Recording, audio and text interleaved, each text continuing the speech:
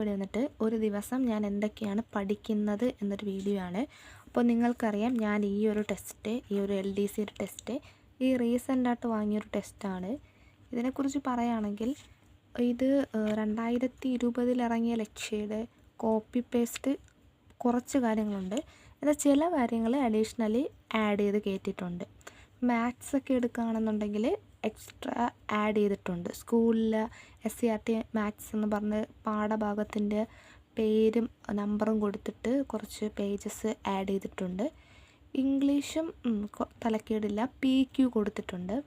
Malayalam just previous മാത്രം, വളരെ കുറച്ചേ ഉള്ളൂ. ഞാൻ ഈ പഴയ ടെസ്റ്റ് കോപ്പി പേസ്റ്റ് എന്ന് പറഞ്ഞ ഒരു ഭാഗം നമ്മുടെ ഈ ജോഗ്രഫിയിൽ ജില്ലകളും അനുബന്ധ വിവരങ്ങളും കൊടുത്തേക്കുമല്ലോ. ഇപ്പോൾ കേരളത്തിലെ ജില്ലകൾ തിരുവനന്തപുരം, കൊല്ലം. അപ്പോൾ അതിനൊക്കെ എൻ്റെ ആദ്യം ഉണ്ടായിരുന്ന ടെസ്റ്റിൽ എന്തുണ്ടോ അത് മാത്രമേ ഇപ്പോഴത്തെ ഈ ഒരു ടെസ്റ്റിലും ഉള്ളൂ. 2025 ആയിട്ടും അതിലൊരു വേരിയേഷനും വന്നിട്ടില്ല. അപ്പോൾ അതെനിക്കൊരു ചെറിയൊരു ഫോൾട്ടായിട്ട് തോന്നി. എന്നുവെച്ചാൽ സെയിം ഒരു 5 വർഷത്തിന് മുമ്പ് എന്തായിരുന്നോ ടെസ്റ്റിൽ അത് തന്നെയാണ് ഇതിൽ കോപ്പി പേസ്റ്റ് ചെയ്തിരിക്കുന്നത്. ആ ഒരു ഭാഗം എല്ലാം അല്ല, എന്നാൽ അത്യാവശ്യം പോയിൻറ്റ്സ് ഇതിൽ ആഡ് ചെയ്തിട്ടുണ്ട്. അപ്പോൾ ഞാൻ ഒരു ദിവസം എന്തൊക്കെയാണ് പഠിക്കുന്നതെന്നാണ്, ഏതൊക്കെ മെറ്റീരിയൽസാണ് പഠിക്കുന്നതെന്നാണ് ഇന്നത്തെ വീഡിയോ. ഫസ്റ്റ് ഓഫ് ഓൾ ഈ ഒരു ടെസ്റ്റ് തന്നെയാണ്. ഇതിങ്ങനെ വാരി വിളിച്ച് പഠിക്കാനുള്ള സമയമൊന്നുമില്ല. ഇതിലൊരു 20 പേജസ് ആദ്യം വായിക്കും.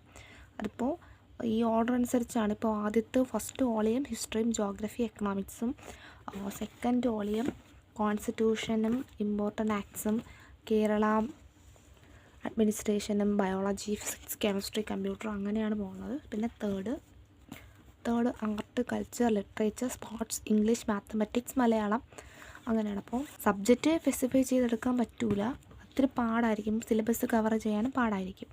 അതുകൊണ്ട് ഇപ്പോൾ മെയിലത്തെ എക്സാമിന് വേണ്ടിയാണെങ്കിൽ പോലും നമ്മൾ തീരത്തില്ല, ഈ ഒരു ടെസ്റ്റ് തീരൂല, ഉറപ്പാണ്. അതുകൊണ്ട് ആദ്യത്തെ 20 പേജസ് വെച്ച് വായിച്ചങ്ങ് പോവും. അത്യാവശ്യം മനസ്സിലാവുന്ന രീതിയിൽ വായിക്കും. ദെൻ അടുത്ത് പഠിക്കുന്ന ഒരു മെറ്റീരിയലാണ്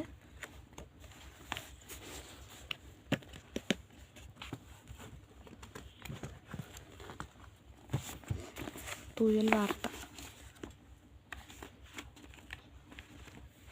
അതുപോലെ തന്നെ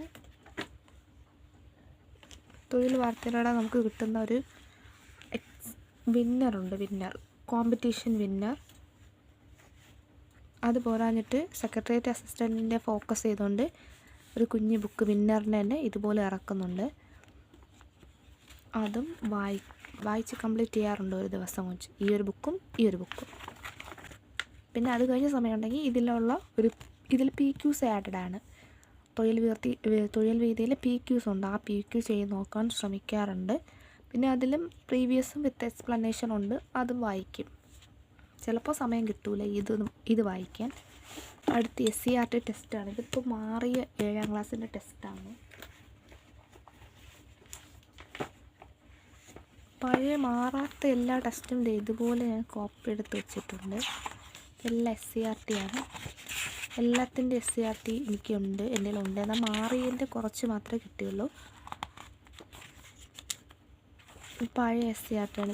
ഇത് എല്ലാം ഞാൻ പ്രിൻ്റ് എടുത്ത് വെച്ചിട്ടാണ്. നമ്മൾ 10th ടെസ്റ്റാണ് ഈ കണ്ടുകൊണ്ടിരിക്കുന്നത്, SCERT. ഇത് ഫുള്ള് കവർ ചെയ്യാൻ നോക്കില്ല ഒരു ദിവസം കൊണ്ട്. പറ്റുന്ന അത്രയും ചാപ്റ്റർ കവർ ചെയ്യാൻ ശ്രദ്ധിക്കാറുണ്ട്. ഇത് പുതിയ ടെസ്റ്റാണ്, മാറിയത് 7ാം ക്ലാസ്സിൻ്റെ.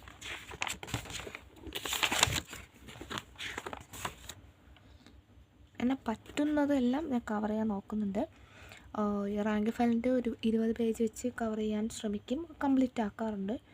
ദെൻ ഈ എക്സാം വിന്നറിൻ്റെ ആ കുഞ്ഞു ബുക്ക്, അതുപോലെ തന്നെ അതിൽ കിട്ടുന്ന വലിയ ബുക്ക്, പിന്നെ തൊഴിൽ വാർത്തയുടെ പ്രീവിയസ് നോക്കാറുണ്ട്, എക്സ്പ്ലനേഷൻ നോക്കാറുണ്ട്. Then SCERT. അങ്ങനെയാണ് ഇപ്പോൾ നിലവിലെ ഒരു സ്റ്റഡി പാറ്റേൺ.